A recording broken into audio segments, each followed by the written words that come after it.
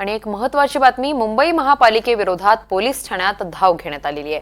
अंधेरीतील मृत महिलेच्या पतीची पोलिसात धाव घेण्यात आलेली आहे। अंधेरी एमआयडीसी पोलीस ठाण्यात त्यांनी तक्रार दाखल केलेली आहे। पालिका आयुक्तांचे उच्चस्तरीय चौकशीचे आदेश यावेळी देण्याची मागणी करण्यात आलेली आहे।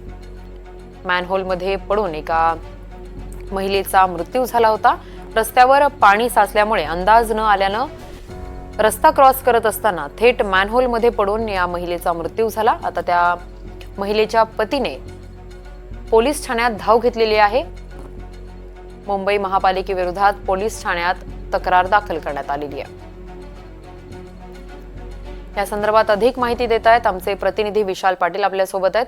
विशाल, अतिशय पाणी साचल्यामुळे रस्त्यावरचं मॅनहोल या महिलेच्या लक्षात आलं नाही आणि या मॅनहोलमध्ये पडून या महिलेचा दुर्दैवी मृत्यू झालेला आहे।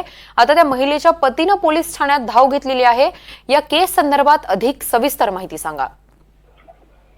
काल मुंबईत मुसळधार पाऊस पडला होता आणि त्यामुळे मुंबईतील अनेक सखल भागात पाणी साचलं होतं। एमआयडीसी परिसरातील सुद्धा याच रस्त्यावरती विमल गायकवाड या पाण्याचा अंदाज न आल्यामुळे रस्ता क्रॉस करत होत्या आणि डिवायडरच्या मध्ये चेंबर्स नसल्या कारणांमुळे विमल गायकवाड जे ह्या त्या नाल्यात पडल्या। जवळपास 3 तासानंतर त्यांचा मृतदेह जो आहे हा बाहेर काढण्यात आला। हा सगळा जर आपण प्रकार पाहायला गेला तर हा मुंबई महानगरपालिकेचा निष्काळजीपणा आपण म्हणू शकतो आणि त्याच अनुषंगानं MMRD असेल किंवा मुंबई महानगरपालिका असेल त्यांच्यावरती आता एकमेकांच्याकडे हे पत्रव्यवहार जो आहे हा होताना दिसून येत होता। मात्र कुठच्याही प्रकारे जो मॅनहोल ओपन होता याच्यावर झाकण जे आहे हे नव्हतं।